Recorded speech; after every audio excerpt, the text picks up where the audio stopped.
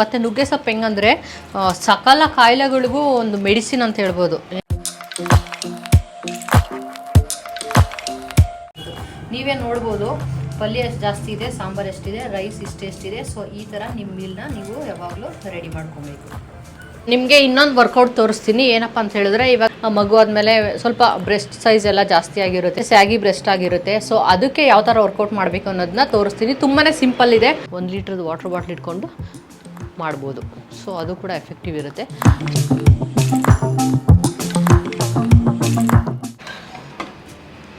Hi ಎಲ್ಲೋ ಎಲ್ರಿಗೂ ನಮಸ್ಕಾರ. ನನ್ನ ಮತ್ತೊಂದು ವೀಡಿಯೋಗೆ ಸ್ವಾಗತ. ಸೊ ಪ್ರೀವಿಯಸ್ ವೀಡಿಯೋ ಎಲ್ಲ ವರ್ಕೌಟ್ ವೀಡಿಯೋ ಕೇಳ್ತಾ ಇದ್ರಿ. ಸೊ ಫೈನಲಿ ಅಪ್ಲೋಡ್ ಮಾಡಿದ್ದೀನಿ. ಸೊ ನೀವು ಕೂಡ ಟ್ರೈ ಮಾಡಿ. ಆಲ್ರೆಡಿ ಟ್ರೈ ಮಾಡಿದರೆ ನಿಮ್ಗೆ ಹೆಂಗೆ ಅನ್ನಿಸ್ತು ಅಂತ ಹೇಳ್ಬಿಟ್ಟು ಕಮೆಂಟ್ ಮಾಡಿ. ಸೊ ಸದ್ಯಕ್ಕೆ ಇವತ್ತು ನಾನು ಇವತ್ತು ನಾನು ಒಂದು ರೆಸಿಪಿ ತೋರಿಸ್ತಾ ಇದ್ದೀನಿ.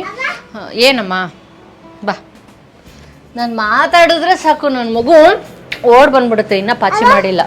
ಇವತ್ತು ನಾನು ನಿಮಗೆ ಇನ್ನೊಂದು ವರ್ಕೌಟ್ ತೋರಿಸ್ತೀನಿ. ಏನಪ್ಪ ಅಂತ ಹೇಳಿದ್ರೆ, ಇವಾಗ ಮಗು ಆದಮೇಲೆ ಸ್ವಲ್ಪ ಬ್ರೆಸ್ಟ್ ಸೈಜ್ ಎಲ್ಲ ಜಾಸ್ತಿ ಆಗಿರುತ್ತೆ ಮತ್ತು ಸ್ಯಾಗಿ ಬ್ರೆಸ್ಟ್ ಆಗಿರುತ್ತೆ. ಸೊ ಅದಕ್ಕೆ ಯಾವ ಥರ ವರ್ಕೌಟ್ ಮಾಡಬೇಕು ಅನ್ನೋದನ್ನ ತೋರಿಸ್ತೀನಿ. ತುಂಬಾ ಸಿಂಪಲ್ ಇದೆ.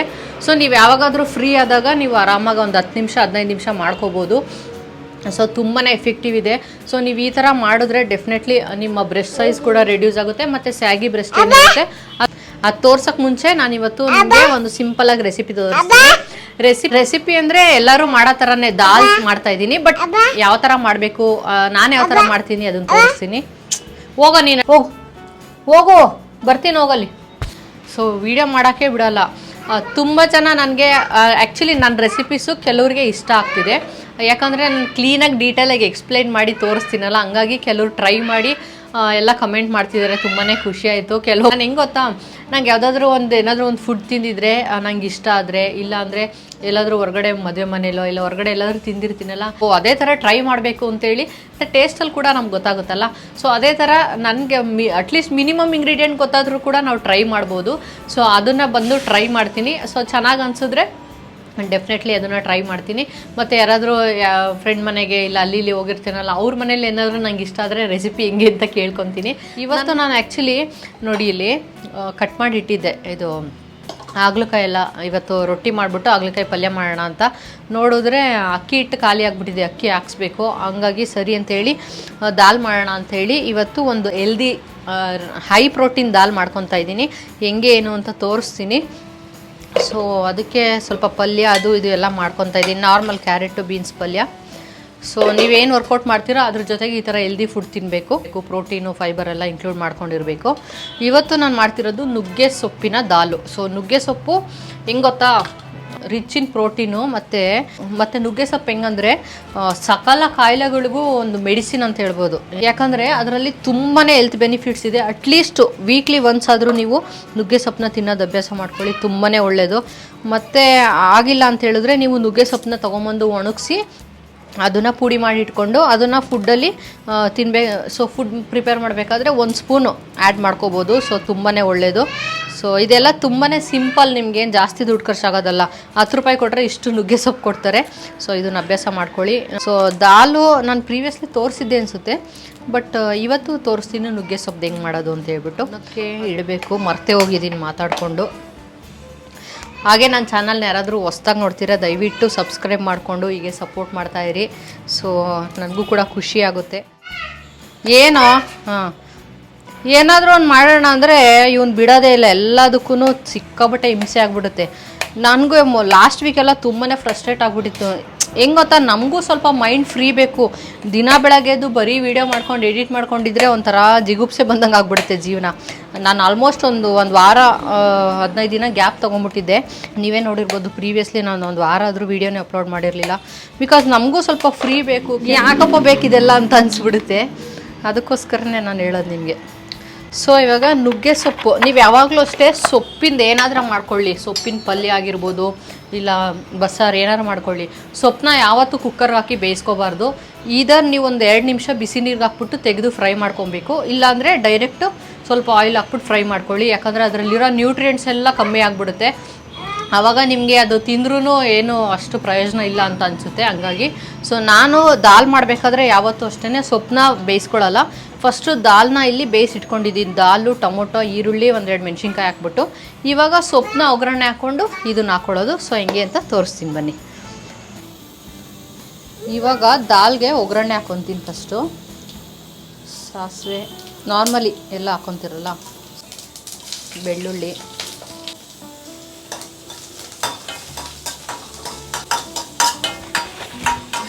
ಮತ್ತು ಇದಕ್ಕೆ ಸ್ವಲ್ಪ ಜಾಸ್ತಿ ಜೀರಿಗೆ ಹಾಕ್ಕೋಬೇಕು. ಜೀರಿಗೆ ಹಾಕ್ಕೊಂಡು ಅದು ಚೆನ್ನಾಗಿ ಫ್ರೈ ಮಾಡ್ಕೋಬೇಕು ನೀವು, ಬ್ರೌನ್ ಕಲರ್ ಆಗೋವರೆಗೂ.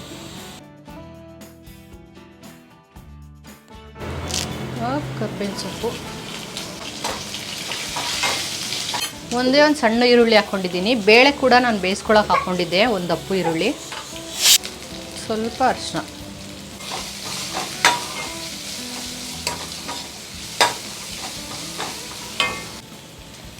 ಈರುಳ್ಳಿ ಫ್ರೈ ಆದಮೇಲೆ ಒಂದು ಟೊಮೊಟೊ,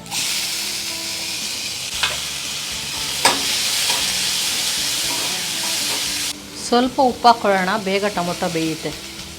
ಸ್ಮ್ಯಾಶ್ ಆಗೋವರೆಗೂ ಬೇಯಬೇಕು, ಅದು ಚೆನ್ನಾಗಿ ಸ್ಮ್ಯಾಶ್ ಆಗಬೇಕು.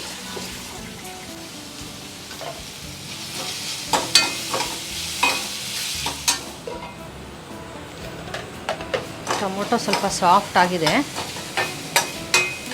ಇವಾಗ ನಾನು ನುಗ್ಗೆ ಸೊಪ್ಪು ಹಾಕ್ಕೊತೀನಿ. ನೀವು ಯಾವುದೇ ಸೊಪ್ಪು ಹಾಕ್ಕೊಳ್ಳಿ, ಇವಾಗ ಪಾಲಕ್ ಹಾಕ್ಕೋಬೋದು, ಇಲ್ಲ ಮೆಂತ್ಯ, ಯಾವುದಾದ್ರೂ ಹಾಕ್ಕೊಳ್ಳಿ. ಬಟ್ ಈ ಥರ ಫ್ರೈ ಮಾಡಿ ಹಾಕ್ಕೊಳ್ಳಿ, ಆವಾಗ ಅದರಲ್ಲಿರೋ ನ್ಯೂಟ್ರಿಯೆಂಟ್ಸು ಸಿಗುತ್ತೆ, ಟೇಸ್ಟು ಒಂಥರ ಚೆನ್ನಾಗಿರುತ್ತೆ.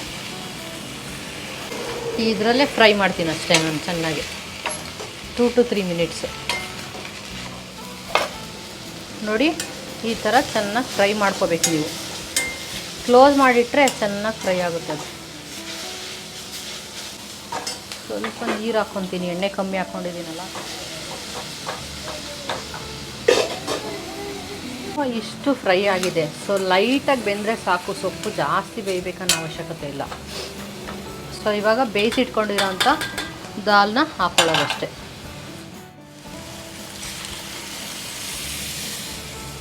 ಇವಾಗ ಇದ್ರ ಜೊತೆ ಮಿಕ್ಸ್ ಆಗುತ್ತಲ್ಲ, ಸೊ ನೀವು ಆರಾಮಾಗಿ ತಿನ್ನೋಕ್ಕೂ ಚೆನ್ನಾಗಿರುತ್ತೆ, ಏನು ಹಸಿ ಹಸಿ ಅಂತ ಅನಿಸಲ್ಲ, ದಾಲ್ ಚೆನ್ನಾಗಿ ಬೆಂದಿರುತ್ತಲ್ಲ. ಇದು ಒಂದೆರಡು ನಿಮಿಷ ಇದು ಕುದಿಸ್ಕೊಂಡ್ರೆ ನಮ್ಮ ದಾಲು ರೆಡಿ. ತುಪ್ಪ ಹಾಕ್ಕೊಂಡು ತಿಂತಾಯಿದ್ರೆ ಆಹಾ ಏನು ಸಖತ್ತಾಗಿರುತ್ತೆ ಅಂತೀರ.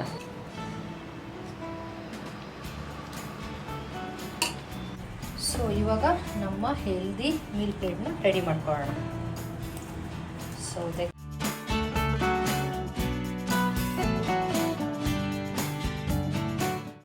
ಮತ್ತು ಜಾಸ್ತಿ ದಾಲು, ಜಾಸ್ತಿ ಅಂದರೆ ಜಾಸ್ತಿ ಹಾಕ್ಕೊಡಿ. ಸೊ ಈ ಥರ ನೀವು ಜಾಸ್ತಿ ದಾಲ್ ಹಾಕ್ಕೊಂಡು ತಿಂದಾಗ ನಿಮಗೆ ಪ್ರೋಟೀನ್ ಜಾಸ್ತಿ ಸಿಗುತ್ತೆ, ಕಾರ್ಬ್ಸ್ ಕಮ್ಮಿ ತೊಗೊತೀರಾ.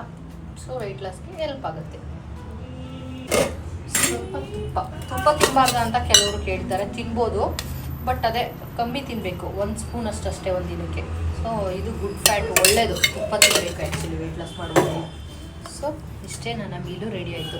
ನೀವೇ ನೋಡ್ಬೋದು ಪಲ್ಯ ಎಷ್ಟು ಜಾಸ್ತಿ ಇದೆ, ಸಾಂಬಾರು ಎಷ್ಟಿದೆ, ರೈಸ್ ಇಷ್ಟೆಷ್ಟಿದೆ. ಸೊ ಈ ಥರ ನಿಮ್ಮ ಮೀಲ್ನ ನೀವು ಯಾವಾಗಲೂ ರೆಡಿ ಮಾಡ್ಕೊಬೇಕು.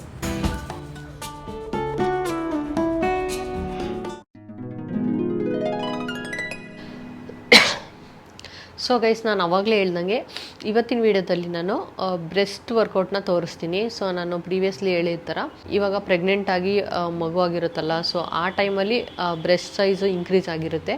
ಈವನ್ ಫೀಡಿಂಗ್ ಮಾಡುವಾಗಲೂ ಅಷ್ಟೇ ನಿಮಗೆ ಬ್ರೆಸ್ಟ್ ಸೈಜ್ ಜಾಸ್ತಿ ಇರುತ್ತೆ.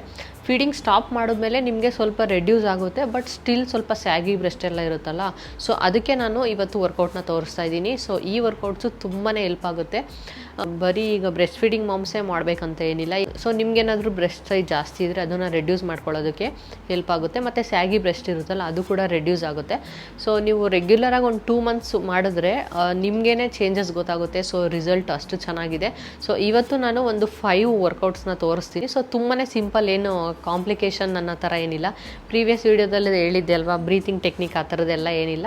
ಜಸ್ಟ್ ನೀವು ಯಾವಾಗಲಾದರೂ ಫ್ರೀ ಆದಾಗ ಒಂದು 10 ನಿಮಿಷ 15 ನಿಮಿಷ ಟೈಮ್ ಫ್ರೀ ಮಾಡಿಕೊಂಡು, ಯಾವಾಗಲೂ ಈವ್ನಿಂಗೋ ಬೆಳಗ್ಗೆ ಯಾವಾಗ ಫ್ರೀ ಆಗ್ತಿರೋವಾಗ ಜಸ್ಟ್ ಒಂದು 15 minutes ಟೈಮ್ ಸ್ಪೆಂಡ್ ಮಾಡಿದ್ರೆ ಸಾಕು, ಮಾಡ್ಬೋದು. ಸೊ ಅದರಲ್ಲಿ ಫಸ್ಟ್ ಎಕ್ಸಸೈಸು ಯಾವುದು ಅಂತೇಳಿ ತೋರಿಸ್ತೀನಿ ಬನ್ನಿ. ಇದು ಕೂತ್ಕೊಂಡು ಮಾಡೋದು ಹೆಂಗೆ ಅಂತ ತೋರಿಸ್ತೀನಿ ಬನ್ನಿ. ಇದು ಈ ಥರ ನೀವು ಕಾಲನ್ನ ಹಿಂದೆ ಫೋಲ್ಡ್ ಮಾಡ್ಕೊಂಡು ಕೂತ್ಕೊಬೇಕು. ಈ ವರ್ಕೌಟು ನಿಮಗೆ ಬ್ರೆಸ್ಟು ಮತ್ತು ಹಾಮು ಒಟ್ಟಿನಲ್ಲಿ total upper body fat loss ಮಾಡೋದಕ್ಕೆ ಹೆಲ್ಪ್ ಆಗುತ್ತೆ. ಯಾವ ಥರ ಮಾಡೋದು ಅಂತ ಹೇಳಿದ್ರೆ, ಕಾಲನ್ನ ಎರಡು ಫಸ್ಟ್ ಈ ಥರ ಫೋಲ್ಡ್ ಮಾಡಿಕೊಂಡು ಈ ಥರ ಇಟ್ಕೊಳ್ಳಿ. ಹಿಂಗೆ ಇಟ್ಕೊಂಡು ಕೈನ ಫುಲ್ಲು ಮೇಲೆ ಎಕ್ಸ್ಟೆಂಡ್ ಮಾಡಿ ಆವಾಗ ನೀವು ಹಿಂಗೆ ಎದ್ದೇಳಬೇಕು. ಓಕೆನಾ?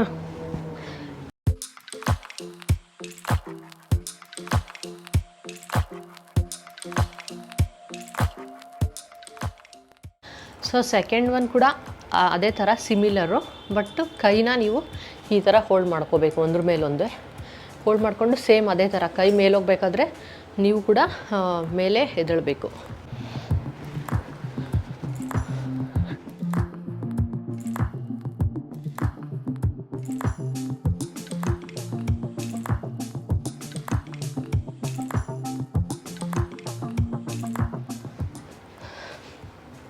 ಸೊ ಈ ಎರಡು ವರ್ಕೌಟು ನಿಮಗೆ ಫುಲ್ಲು ಅಪ್ಪರ್ ಬಾಡಿಗಾಗುತ್ತೆ. ಇನ್ನು 3 ಎಕ್ಸಸೈಸು ತುಂಬಾ ಸಿಂಪಲ್ಲಾಗಿದೆ.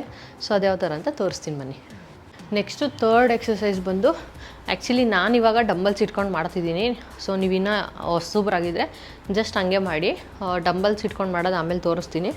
ಜಸ್ಟ್ ಹಿಂಗೆ ಕೈ ಇಟ್ಕೊಂಡು ಹಿಂಗೆ ಎಕ್ಸ್ಟೆಂಡ್ ಮಾಡಬೇಕು. ಕಾಲು ಕೂಡ ಎಕ್ಸ್ಟೆಂಡ್ ಮಾಡಬೇಕು. ಹಿಂಗೆ ಮೇಯ್ನ್ ಏನಂದರೆ ಹಿಂಗೆ ಸ್ವಲ್ಪ ಚೆಸ್ಟ್ ಹತ್ರ ನೀವು ಹಿಂಗೆ ಎಳಿಬೇಕು ಹಿಂದೆ.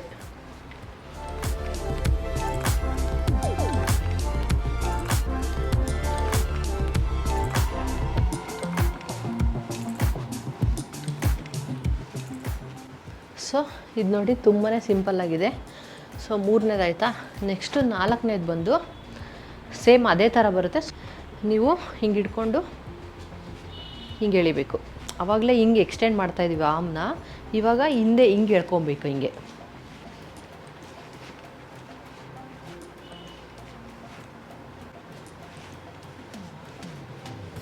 ನಿಮ್ಗೇನಂದರೆ ಈ ಥರ ಮಾಡೋದ್ರಿಂದ ಬ್ರೆಸ್ಟ್ ಮಸಲ್ಸ್ ಎಲ್ಲ ಟೈಟ್ ಆಗುತ್ತೆ ಮತ್ತು ಸ್ಯಾಗಿ ಬ್ರೆಸ್ಟ್ ಇರೋದೆಲ್ಲ ನಿಮಗೆ ನಾರ್ಮಲ್ ಆಗುತ್ತೆ. ನೆಕ್ಸ್ಟು ಲಾಸ್ಟ್ ಒನ್ ಬಂದು ಕೈನ ಎಷ್ಟಾಗುತ್ತೋ ಅಷ್ಟು ಮ್ಯಾಕ್ಸಿಮಮ್ ಹಿಂದೆ ಎಳಿಬೇಕು. ನೀವು ಹಿಂಗೆ ಹಿಂಗೆ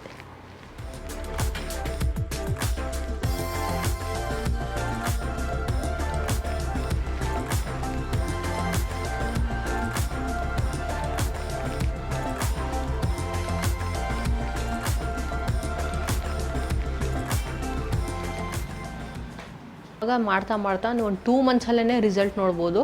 ಸೊ ತುಂಬಾ ಯೂಸ್ಫುಲ್ ಆಗುತ್ತೆ. ಸೊ ನಿಮಗೂ ಏನಾದರೂ ಸ್ಯಾಗಿ ಬ್ರೆಸ್ಟ್ ಇದ್ದರೆ ಇಲ್ಲ ಬ್ರೆಸ್ಟ್ ಸೈಜ್ ಜಾಸ್ತಿ ಇದ್ದರೆ ಈ ವರ್ಕೌಟ್ಸ್ನ ಮಾಡಿ. ಈ 5 ಎಕ್ಸಸೈಸು ನೀವು ಎಷ್ಟು ಮಾಡಬೇಕಂತ ಹೇಳಿದ್ರೆ, ಸ್ಟಾರ್ಟಿಂಗು 20 × 3 ಆ ಥರ 3 ಕೌಂಟ್ಸ್ ಮಾಡಿ. ಸ್ವಲ್ಪ ಹೋಗ್ತಾ ಹೋಗ್ತಾ 20 × 4 ಇಲ್ಲ 20 × 5 ಅಂದರೆ ಒಂದು ಎಕ್ಸಸೈಸ್ನ 80 ಕೌಂಟ್ಸ್ ಮಾಡಬೇಕು. ಸೊ ಈ ಥರ ನೀವು 5 ಎಕ್ಸಸೈಸ್ನ ಒಂದು 15 ನಿಮಿಷ 20 ನಿಮಿಷದಲ್ಲಿ ಮಾಡ್ಬೋದು. ಮಾಡಿದ್ರೆ ನಿಮ್ಗೆ ಒಳ್ಳೆ ರಿಸಲ್ಟ್ ಬರುತ್ತೆ. ಸೊ ಟ್ರೈ ಮಾಡಿ ನೋಡಿ. ಸೊ ಪ್ರೀವಿಯಸ್ ವೀಡಿಯೋಗೆಲ್ಲ ತುಂಬಾ ಚೆನ್ನಾಗಿ ರೆಸ್ಪಾನ್ಸ್ ಬಂದಿದೆ. ತುಂಬಾ ಖುಷಿ ಆಯಿತು. ಸೊ ಇದೇ ಥರ ನಿಮಗೆ ಯೂಸ್ ಆಗೋವಂಥ ಕಂಟೆಂಟ್ನ ಹಾಕ್ತಾಯಿರ್ತೀನಿ. ಇದು ಬಿಟ್ಟು ಬೇರೆ ನಿಮ್ಗೇನಾದರೂ ಯಾವ ಥರ ಕಂಟೆಂಟ್ ಬೇಕು ಇಲ್ಲ ಏನು ವರ್ಕೌಟ್ಸ್ ಬೇಕು ಅನ್ನೋದನ್ನ ಕಮೆಂಟ್ ಮಾಡಿ ತಿಳಿಸಿ. ಅದನ್ನು ಕೂಡ ನೆಕ್ಸ್ಟ್ ವೀಡಿಯೋದಲ್ಲಿ ತೋರಿಸ್ತೀನಿ. ಸೊ ನನಗೂ ಕೂಡ ಈ ವರ್ಕೌಟ್ಸು ತುಂಬಾ ಹೆಲ್ಪ್ ಆಗಿದೆ. ಸೊ ಹಂಗಾಗಿ ನಿಮ್ಮ ಹತ್ರ ಶೇರ್ ಮಾಡ್ತಿದ್ದೀನಿ. ಈ ಥರ ಒಂದು 5 ವರ್ಕೌಟ್ ಮಾಡಿದ್ರೆ ಸಾಕು. ಹೋಗ್ತಾ ಹೋಗ್ತಾ ನೀವು ಡಂಬಲ್ಸ್ನ ಇಟ್ಕೊಂಡು ಮಾಡಿದ್ರೆ ಆವಾಗ ಅದನ್ನು ತುಂಬ ಎಫೆಕ್ಟಿವ್ ಇರುತ್ತೆ. ಸೊ ಬೇಗ ರಿಸಲ್ಟ್ ಬರುತ್ತೆ. ನಾರ್ಮಲ್ ಕೈಯಲ್ಲಿ ಡಂಬಲ್ಸ್ ಇಟ್ಕೊಂಡು ಈ ಥರ ಮಾಡಬೇಕಷ್ಟೇ. ನೀವು ಇವಾಗ ಪ್ಲೇನ್ ಮಾಡ್ತಿದ್ದೀವಲ್ಲ, ಇಲ್ಲಾಂದರೆ ನೀವು ಇನ್ನೂ ಒಂದು ಏನು ಕೆಲಸ ಮಾಡ್ಬೋದು ಅಂದರೆ, ವಾಟ್ರ್ ಬಾಟ್ಲ್ ಇಟ್ಕೊಳ್ಳಿ ಕೈಯಲ್ಲಿ. 1 ಲೀಟ್ರದ್ದು ವಾಟ್ರ್ ಬಾಟ್ಲ್ ಇಟ್ಕೊಂಡು ಮಾಡ್ಬೋದು. ಸೊ ಅದು ಕೂಡ ಎಫೆಕ್ಟಿವ್ ಇರುತ್ತೆ. ಸೊ ಸದ್ಯಕ್ಕೆ ಈ ವಿಡಿಯೋ ಇಷ್ಟೇ.